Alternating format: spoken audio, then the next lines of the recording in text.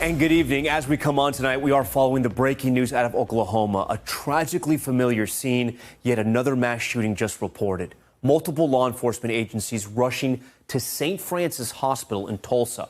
An active shooter reported late this afternoon. Police say multiple people are dead, including the gunman. Police officers still going through the hospital to check for other casualties. For more on this developing situation, I want to bring Rahima Ellis, who joins us now. Rahima, what do you know? Tom, I can tell you that the details are still coming in on this breaking story. But as you point out, according to police, this afternoon, a man with a rifle entered St. Francis Hospital in Tulsa, Oklahoma, and started shooting. Police believe at least 3 people have been killed and multiple others wounded. Authorities say that gunman went specifically to the 2nd floor, but it's too early to know why he chose that location. Police say the shooter is dead. It was not immediately clear if he was shot by officers or if he took his own life.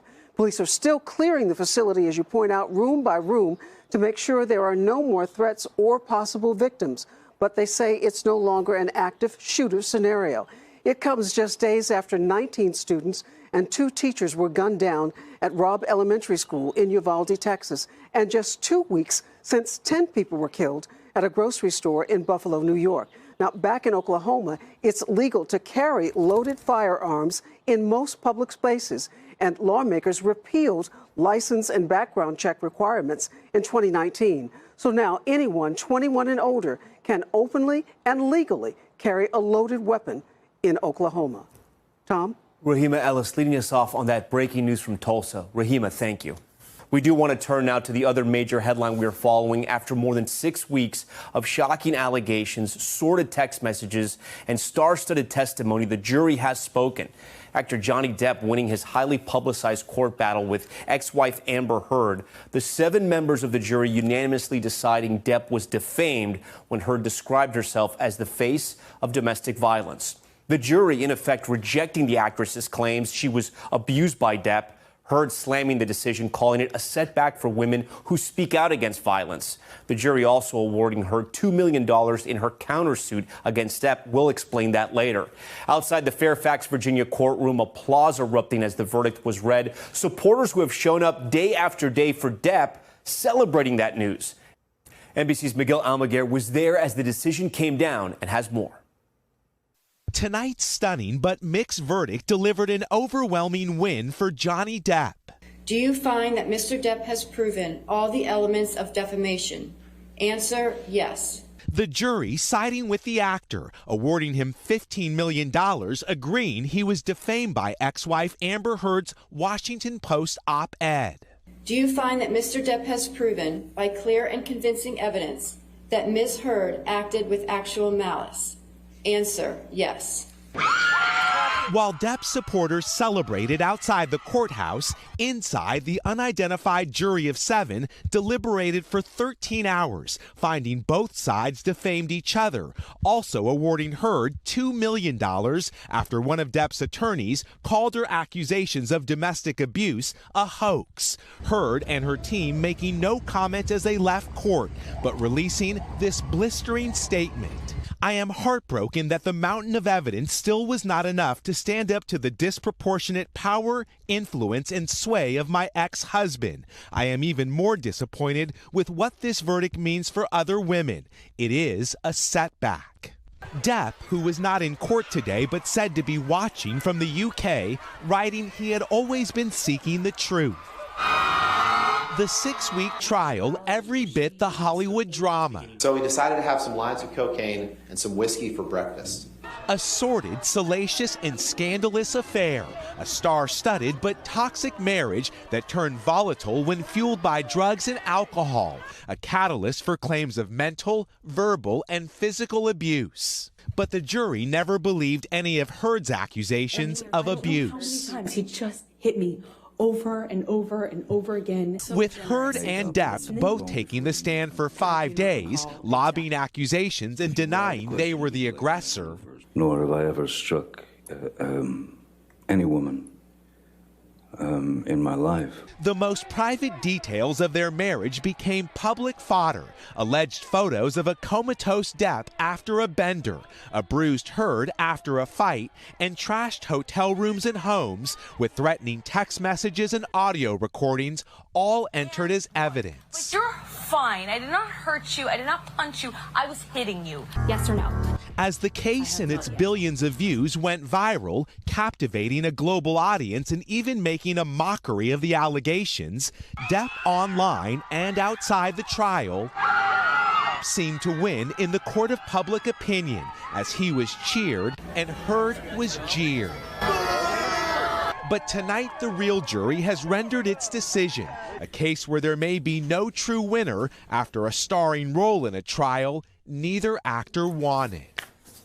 All right, Miguel Almaguer joins us now live from outside that court. Miguel, I saw there a little bit in your story, those supporters of Johnny Depp. Talk to me about that moment once the verdict was read.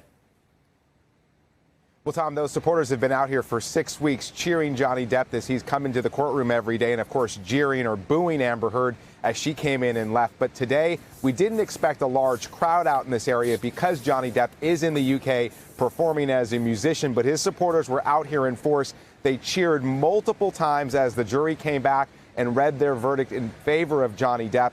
Quite a shocking scene out here. You could hear those cheers from far away from the courthouse steps, Tom. All right, let's talk about the next steps now. What does the payout look like for Johnny Depp? And do we know yet if Heard's lawyers plan to appeal? Well, we know that the jury awarded Johnny Depp $15 million, but there is a cap on punitive damages here in the state of Virginia, so Depp will only qualify for $10.4 million. Heard can still appeal, and apparently one of her representatives have said they plan to do just that. So this case, not yet over, Tom. All right, Miguel Almaguer for us tonight. Miguel, we do appreciate that. For insight and analysis on this high-profile trial, I want to bring in our legal panel tonight, New York City attorney Angela Senadella and Caroline Polisi. She's a federal criminal defense attorney and an adjunct lecturer in law at Columbia University. Caroline, I'm going to start with you. By the jury saying that Amber Heard defamed Johnny Depp, are they essentially saying she lied about being a victim of domestic abuse? That's not essentially. They are literally saying that she lied. The way this case is structured from a civil perspective in order to prove defamation, the verdict essentially says that the jurors did not believe a single instance of physical violence or sexual abuse was perpetrated against Amber Heard. There were many allegations of abuse we saw throughout, ad nauseum throughout this trial.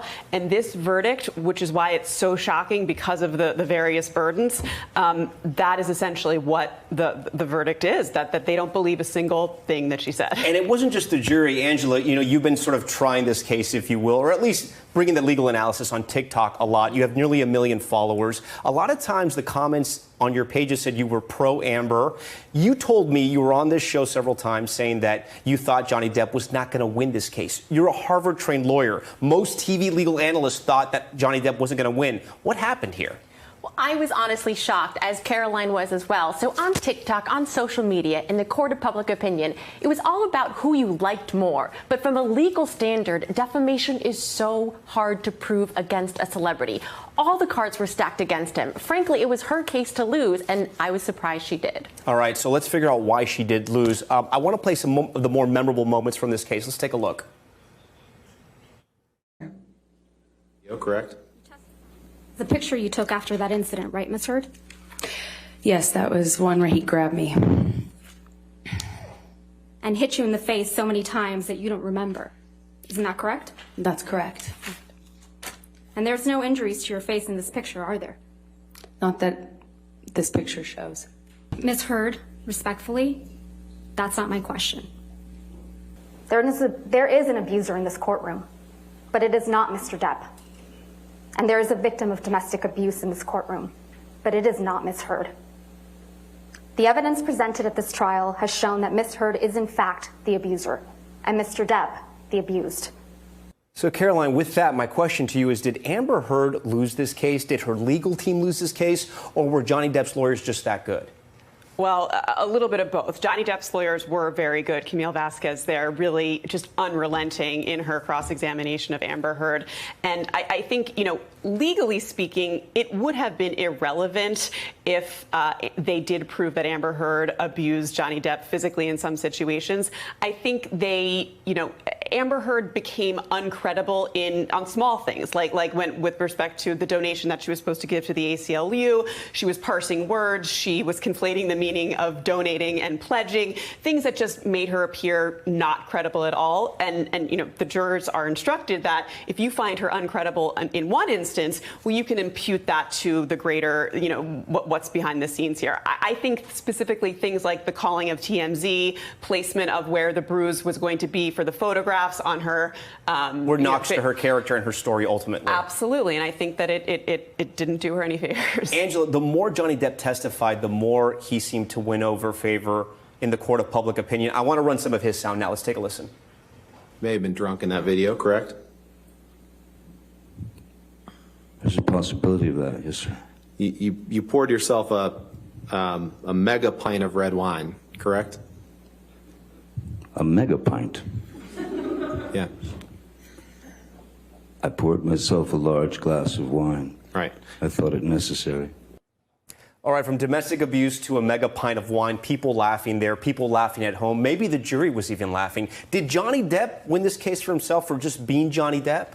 I think so. So what is totally wild is that usually when you have a witness who has major substance abuse issues, they are not credible to begin with. The fact that he was able to turn his substance abuse into a joke and actually enhance his likability is truly only something Johnny Depp could have done. But when you look at his success with Pirates, I mean, that's what he did professionally. He took a drunk character and made him likable. So, Caroline, looking at the big picture here, I want to put a little statement from Amber Heard here, what she said after court, after this verdict. She said, "I am sadder still that I seem to have lost a right I thought I had as an American to speak freely and openly." From a legal standpoint, do you think this case will make it harder for people, especially women, to report domestic abuse? I absolutely do. I think, wherever you come out on what the ultimate truth was within this relationship, and by the way, I don't think anybody won in this case. I mean, I think it was just an appalling display of a really, really toxic relationship. But absolutely, this will have a chilling effect when you look at the overall context of where we are in a society in terms of the Me Too movement. Who's to say whether or not, how much of an impact it will have? But I do think that she's correct. Caroline, Angela, we thank you for your analysis here on Top Story. We do, though, want to dig in a little more on the impact this case could have on the country and women in America. What does this mean for future cases of domestic abuse? NBC's Ann Thompson has more. The world watched as the jury found Johnny Depp and Amber Heard were both defamed. But there is no question who the panel sided with. Amber Heard was not a good witness, and juries react to that. Women's rights attorney Nancy Erica Smith calls the verdict reasoned. And while a defeat for one woman, she says it is not a defeat for all women. Some say this verdict marks the end of the Me Too movement. Do you agree? Not at all. I think that Me Too is here to stay. I don't think women should be afraid that we have to tolerate the harassment and abuse we've tolerated for centuries. Depp and Heard are two privileged celebrities with high-powered legal and PR teams, unlike most cases involving accusations of domestic abuse. Is there anything typical about this case? No, there's nothing typical about this case, thank God. This is not your typical sexual harassment case where you have incredible disparities of power. Amber Heard is not somebody without agency, power, and money. But Heard is someone who said she was a victim of abuse, and experts say that will still resonate with those of lesser means. I'm not certain that it will stop someone from seeking support or safety. I am certain that it will give them one more thing to think about before they speak up. The idea that you could face a defamation lawsuit for just sharing your own experience in public is a huge infringement upon survivors' right to free speech, and that's my primary concern about this case. An experience this jury did not believe. Ann Thompson, NBC News. We head to Texas now. The Uvalde School District making a new promise to parents while the school district's police chief is speaking publicly for the first time in a week, saying he is cooperating with investigators. All this as more funerals are being held for the 19 children and 2 teachers who were killed. Morgan Chesky is there with more. Tonight, newly obtained video shows the moments the attack unfolded. A group of armed officers rushing into the school and terrified children running out.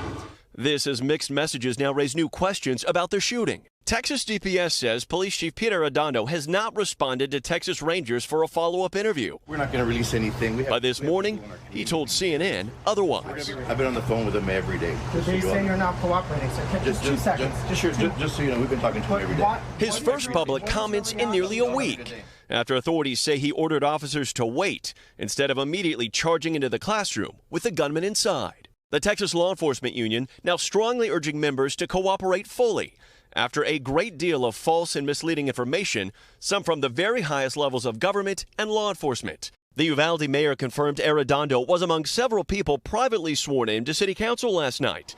He says he canceled the public meeting out of respect for grieving families. As the city turns to remembering those lost, a huge community turnout to honor teacher Irma Garcia and her high school sweetheart Joe, who now leave behind 4 children. And friends of Jose Flores Jr. showing up in white for a final goodbye. I can't imagine what the parents are feeling right now. My heart hurts for them. And tonight, the Uvalde school superintendent saying plans will be made for students at other campuses this upcoming fall. And he also made a promise to parents, saying that not a teacher or student will ever have to set foot inside Robb Elementary ever again. Tom? Morgan Chesky for us. Morgan, thank you for that. Today marks the first day of hurricane season, but the death toll is rising from a storm that already slammed into Mexico this week. Some 39 million Americans are also at risk of severe weather today. Gabe Gutierrez has more. This was the funnel forming in Newport Richey, Florida, northwest of Tampa. The National Weather Service confirms at least 2 brief tornadoes touched down. Just had started like drizzling, not even like 2 minutes prior. That was very scary. That storm came as parts of western Minnesota were still cleaning up after a tornado roared through the lakeside town of Ferreta Monday night. There was a big oak tree that came down on a house that was just pancaked it. Tonight, the southeastern U.S. is preparing for the remnants of Hurricane Agatha, which could re-strengthen by the weekend. The death toll is rising in Mexico after Agatha triggered dangerous flooding and landslides. Officials say at least 11 people are dead, 33 are missing, and some 40,000 are now homeless. NOAA predicts another above-average season with 14 to 21 named storms and 3 to 6 major hurricanes. It's becoming more frequent and severe. More Category 4 or 5 hurricanes have slammed into the U.S. in the last 5 years than in the previous 5 decades. Gabe Gutierrez, NBC News, New York. All right, for more on this forecast, I want to bring in NBC meteorologist Bill Cairns, who joins Top Story tonight. Bill, so walk us through the next couple of days with what is now a tropical depression? Almost. Okay. It's close. It looks like we're going to get through the first day of hurricane season without this becoming tropical depression, but it's going to be close throughout this evening. Don't be surprised if you wake up tomorrow morning and hear we have a tropical depression that's heading for Florida, because that's what's possible. And if it does become a tropical storm after a tropical depression, it would be Alex. So yes, Agatha, which we just saw all the devastation in Mexico, could become Alex, that changes names as it goes from the Pacific into the Atlantic basin. So here's what we're looking at. The storm made landfall over here just south of the eye here in Mexico. It has drifted over the mountains. That's what weakened it. And now it's over the Yucatan, emerging over the warm water south of Cancun in the Western Caribbean. If the upper level winds are favorable enough, even this early in the hurricane season, this could strengthen. Now, could it become a hurricane? That's looking unlikely. A tropical storm is well within the range of possibilities. And the Hurricane Center says it's 80% chance this will be a depression in the next 5 days. Likely, if it happens, it'll be tomorrow or maybe at the latest come Saturday. So this development zone does include everywhere from Tampa to Orlando southwards down through the Keys. So all of our Florida friends, yes, already, even only the first day of hurricane season, it's time to prepare for a possible storm. So our long-range computer model, that's the most accurate, we'll talk about it all season long, is the European computer model. And that shows the system approaching Florida as we go throughout Friday night into Saturday. So that's your timeline for not being on the roads. Don't we want to be on flights? We don't know yet how strong the winds will be, but no matter what, you're going to get soaked with a ton of rain. And then off the Carolina coastline safely comes Sunday, but close enough for our friends from Charleston to Cape Hatteras. We'll keep an eye on it for you. As far as rainfall goes, as much as 7 inches possible. And of course, severe weather still going on this time of year. Severe thunderstorm watch with storms in Pennsylvania and also in Texas as our very busy weather pattern continues into June. All right, Bill, we're glad you're here to walk us all through it. Now to a major development in the battle for Ukraine. The U.S. announcing it will send advanced rocket systems to Ukraine as part of a new $700 million military aid package. Russia, in response, accusing the U.S. of adding fuel to the fire. NBC's Richard Engels on the ground for us tonight. Ukrainian towns and cities are falling to Russia's advance. With more artillery and troops than Ukraine, Russia has the momentum in the east and has now almost captured the city of Severodonetsk. Ukrainian officials say it's too dangerous to evacuate some 12,000 civilians who remain trapped in the city. But the United States is now promising more of what Ukraine wants most of all: weapons. In an essay in the New York Times, President Biden wrote his administration is sending long-range artillery that can destroy Russian armor from a safe distance, potentially turning the tide. Ukrainian troops promised not to fire the weapons into Russian territory, highlighting the tightrope President Biden is trying to walk, helping Ukraine without starting a war with Moscow. We do not seek a war between NATO and Russia, President Biden wrote. As much as I disagree with Mr. Putin and find his actions an outrage, the United States will not try to bring about his ouster in Moscow. The Kremlin said the U.S. sending weapons is, quote, pouring fuel on the fire. But Ukrainian troops today told us they're counting the days for the new American artillery to be pushed out to the front. I hope we get these weapons soon. After that, the Russians will run away from here as fast as they can, said Ihor, standing by the decades-old Grad missiles he's using now. And Tom, wars aren't fought with just guns anymore. Today, the head of U.S. Cyber Command on a visit to Estonia told Sky News that the United States is carrying out offensive cyber operations to protect Ukraine. Tom? Richard Engel for us tonight. Richard, we thank you. Still ahead tonight, vacation horror. A mother killed while parasailing with her son and nephew. What authorities say happened. Plus, the motorcyclist hit by a car and then trapped underneath. The group of Good Samaritans rushing to save him. And Sephora ransacked a group of thieves clearing the store's shelves for a third time. Just how much makeup they made off with. Stay with us.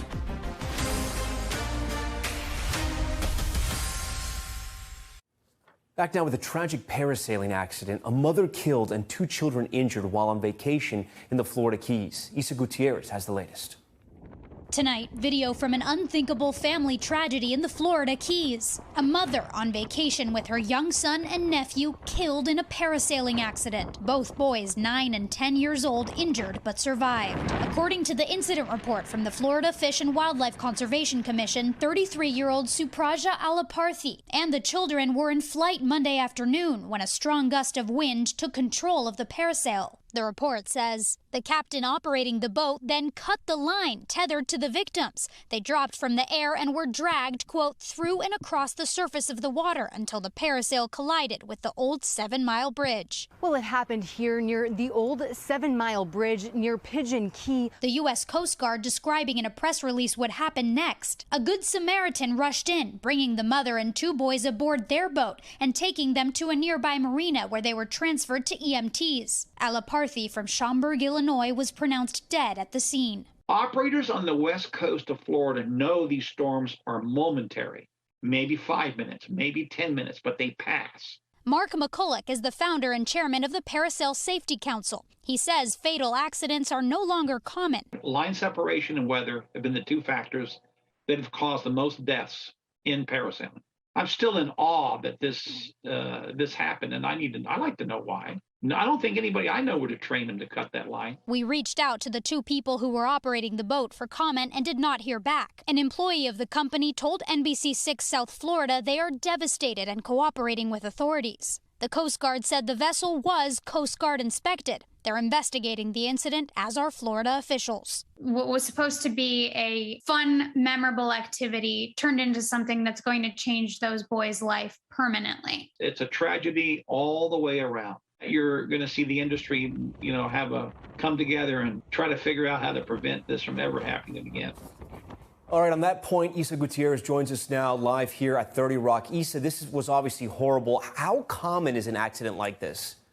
Sure, Tom. So parasailing expert Mark McCulloch explained to me that over the span of 30 years, over 70 people died in parasailing accidents here in the U.S.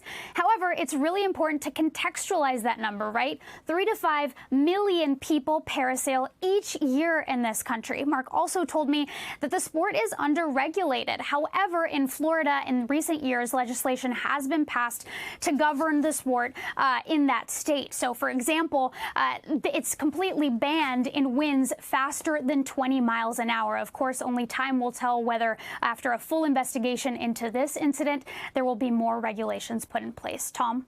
All right, Isa Gutierrez for us. Isa, thank you for that. We turn now to an investigation, a new twist in the case of a Long Island woman who was found dead at a Caribbean resort more than 3 years ago. The government of Turks and Caicos initially ruled her death a homicide, but is now reopening the investigation. The victim's family is crying foul. Sarah Wallace from our New York affiliate WNBC brings us the latest. Marie Kunla's son left the courthouse in Turks and Caicos this afternoon, frustrated and angry that the government is taking a second look at the circumstances surrounding his mother's death. This was a violent attack, and it was a death by strangulation. And any attempt to say it's accidental is just a lie. Marie, a mother and wife, had gone on a getaway trip to Club Med in Turks and Caicos in the fall of 2018 with 2 fellow attorneys from Suffolk County Legal Aid.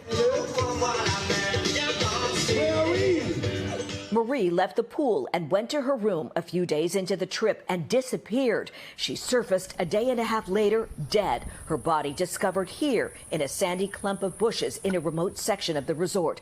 Island police initially released a statement that Marie was found near the Club Med resort, not on it. And that was just the beginning of what her family believes is an ongoing cover-up. The authorities and the police, they just treated us like a nuisance. Like, why are these people asking? Like, why are they emailing us again and again and again? The medical examiner ruled that Marie died of manual strangulation, a homicide. But the family couldn't get that autopsy for nearly 3 years. It noted a diffuse hemorrhage in her head, a fractured rib, abrasions, bruising to her lower extremities, and dirt and debris in her mouth and upper airway. The family's private investigator. This wasn't just a manual strangulation, from behind. This woman was beat up. On the day Marie's body was found, Helma Hermans, one of the friends on the trip, immediately told police that she suspected a fellow guest, also from Long Island, and a former Club Med employee. Hermans says Frank Yacullo Jr., seen in this video overturning a float in the pool, had sexually groped her, and she complained to resort staff. I wasn't the first to complain, and I wasn't the last. There was multiple complaints about him, and they did nothing. Island police did arrest Yacullo on the sex assault allegation. He later told me by phone that an unknown local resident had posted his $10,000 bail. He denied doing anything to anyone. Prosecutors eventually dismissed Herman's complaint. I think that they are covering for him. As for Marie's case, we obtained an Island police statement that called Yacullo a person of interest, but then he declined to cooperate. He is named, along with Club Med, in a $10 million wrongful death lawsuit filed by the family and took the 5th in depositions. Club Med denies all allegations. I think the authorities don't want the truth to come out, that tourism's a big industry here and Club Med's a powerful company. And what if the decision is to change how Marie died? The world is watching. If they're afraid of bad publicity for their island, it can't get much worse than this. All right, Sarah Wallace joins us now live from Turks and Caicos. Sarah, the coroner's inquest continued today. You were there. What can you tell us? Well, Tom, the medical examiner, the government's own medical examiner, testified today, and he is standing by his ruling that Marie Kunla died of manual strangulation and this was a homicide. However, he was peppered with questions by Club Med's attorneys and Island police attorneys, raising possible doubts. Marie could have maybe bruised herself traipsing through those bushes. Maybe she fell in the dirt and it was an accident. But the medical examiner was having none of it, Tom. All right, Sarah Wallace for us tonight. Sarah, we appreciate that. When we come back, the major medical breakthrough in experimental treatment appearing to successfully halt the progression of one woman's advanced pancreatic cancer, and experts say it may be effective in treating other forms of the disease. Big report coming up next.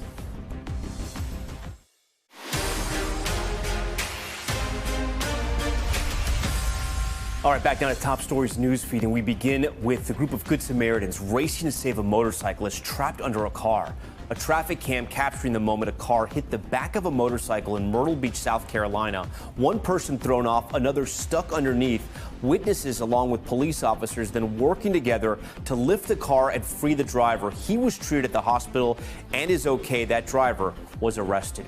In California, the search for 3 suspects after they were caught on camera ransacking a Sephora. Surveillance video shows the trio clearing the shelves and filling up bags with makeup and skincare items. It happened at a mall outside of Anaheim. The group taking off with an estimated $27,000 worth of products. Employees say it's the 3rd time the store has been hit. And a shakeup in Silicon Valley. Sheryl Sandberg is stepping down as chief operating officer of Facebook's parent company, Meta. In a Facebook post, she announced she will leave her current post this fall. She did not give a reason, but said, quote, the debate around social media has changed beyond recognition since those early days. Sandberg joined Facebook in 2008 and will continue to serve on the company's board of directors. And a possum walks into a bar, and what happens next is hard to believe. Cell phone video from inside a New York City bar shows a woman grabbing a possum by the scruff and then walking it outside. You can see the possum there hissing, not too happy about that. Patrons say that the possum ran in while the front door was open. The woman in the video is from Alaska and says she's used to wildlife encounters. All right, glad she was there. All right, we want to continue our coverage now on the verdict in the Johnny Depp Amber Heard defamation trial. The jury finding both Depp and Heard liable after almost 2 months of emotional and graphic testimony. So what's next for these actors? I want to bring in senior awards editor for Variety, Clayton Davis. Clayton, you know, at the heart of this case was domestic violence, but it was also the fact that Johnny Depp claimed that he could no longer work because people thought he had beat Amber Heard. What do you think happens to these 2 stars' careers now? It definitely won't be the same to both, because as we saw through social media, the court of public opinion really matters here, and Johnny Depp won that case no matter what was going to happen today. And moving forward, I think what we'll see is Johnny Depp continue to work and get new projects on the horizon. And probably worse yet, we're going to see some limited series that's Clayton, made so about you think, this. not to cut you off, you think that a big studio, a streaming giant like Netflix, you think that they would get back into the Johnny Depp business? Yeah, maybe not right away. And what we've seen typically, I mean, look at someone like Kevin Spacey, who was undergoing allegations of sexual misconduct. He was just selling 2 films out of the Cannes Film Festival earlier last month. So I think this whole assault on what people are calling cancel culture, quote unquote, the studio's executives, they are behind the scenes wanting that to stop. I think we'll see Johnny Depp work again. Do you think this case, I want to get to Amber in a moment. Do you think this case actually helped Johnny's career? I don't think it helped necessarily Johnny's career, but I think those individuals that were in the Johnny Depp camp definitely are cemented in that realm. And listen, we saw that with the Oscars earlier this year. They had a fan favorite award, and one of the films that made the top 10 was Minimata, a small independent film that I don't think anyone saw. However, it made the top 10 because his fans were so heavy on voting for him in the social media sector. Amber Heard, what do you think happens with her and her career? I think Amber is going to face some tough days ahead. I would be interested to see what happens with the second outing of Aquaman, if she'll actually get work consistently after this. And again, this court of public opinion does matter. And no matter what happened today, I think the TikTok assault that's happened with all those memes and different videos, I think that's going to do some damage to her moving forward. I don't know what she'll be able to do next. Clayton, what do you think, or how do you think, lastly, this is going to impact Hollywood?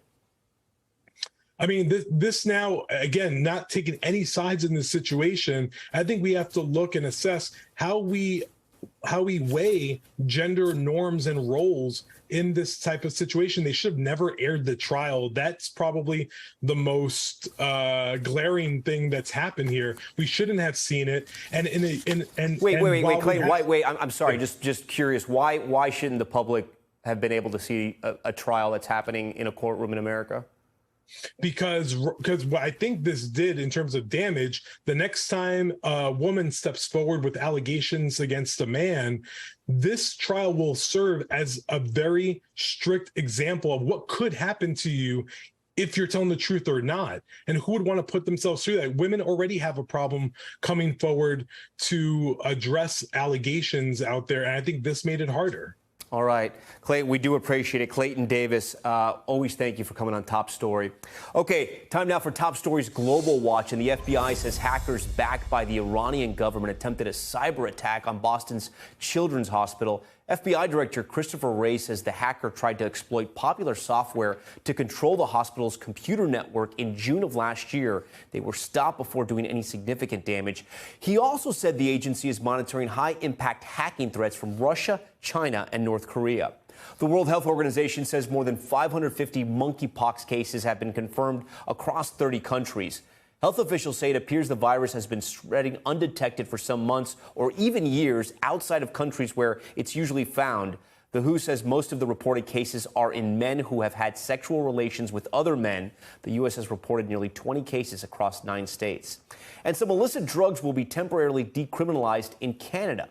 Adults in British Columbia will be allowed to possess a combined total of 2.5 grams of opioids, cocaine, meth, and MDMA, also known as ecstasy. The drugs will still be illegal, but if found, the person will be offered information on health and social services instead of being arrested. The trial is an attempt to curb overdoses in the province after more than 2,000 drug-related deaths there just last year.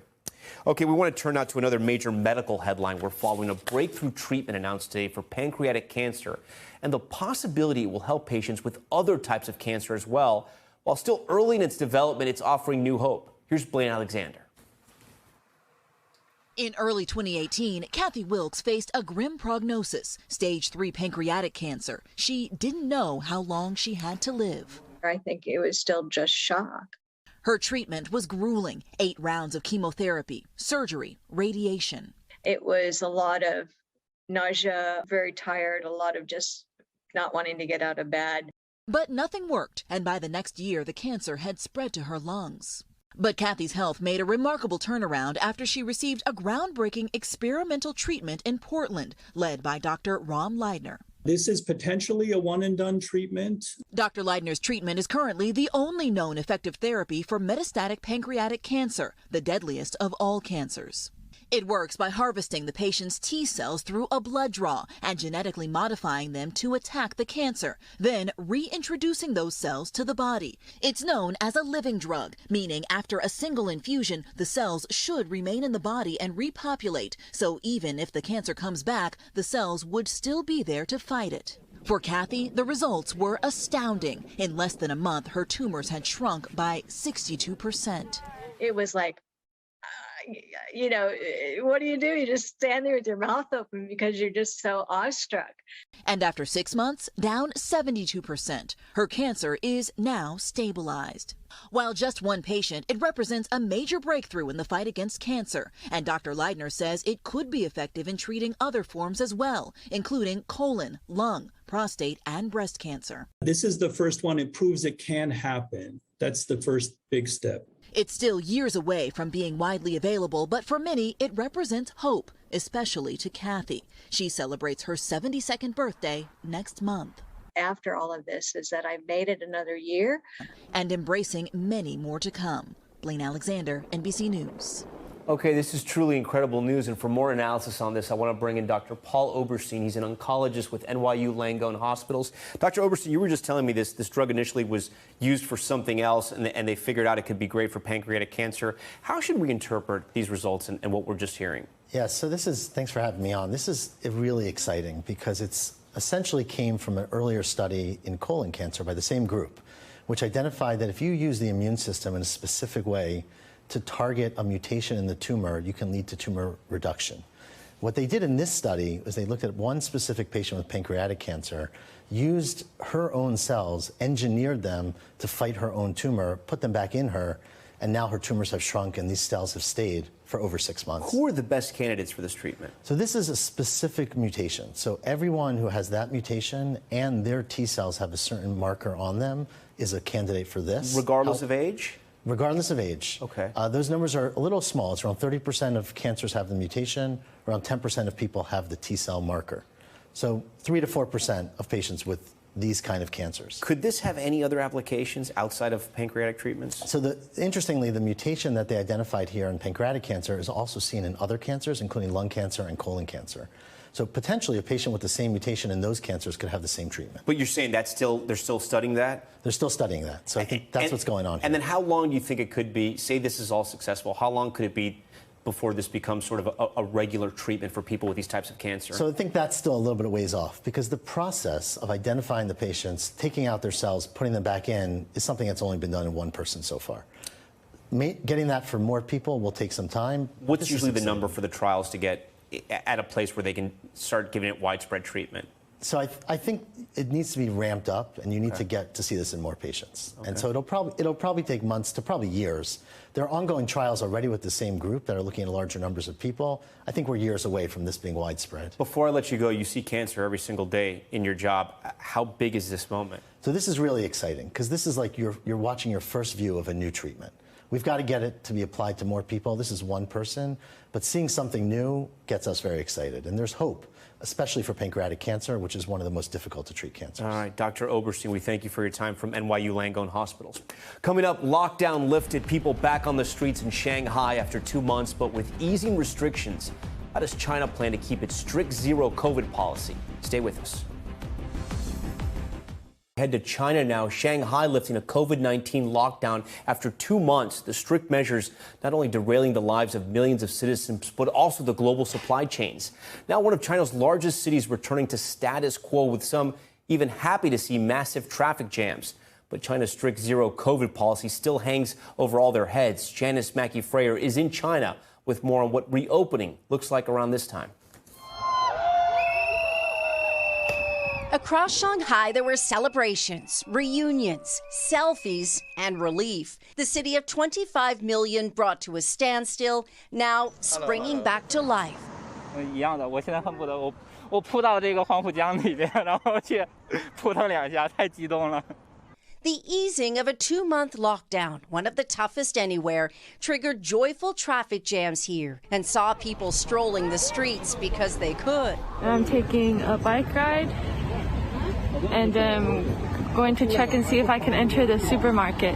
Anna Catalina, an American student, hadn't been outside since late March. Streets and parks that had been empty are alive again, and crowds acting like curious tourists returned to the famous waterfront, the Bund. When I saw those pictures, I actually had a little tears in my eyes. I got a little bit emotional. I just realized that I kind of missed this place. While Shanghai's lockdown is mostly over and the fear of one is easing in Beijing, China's tough zero COVID policy is here to stay. It means a near daily ritual of mass testing.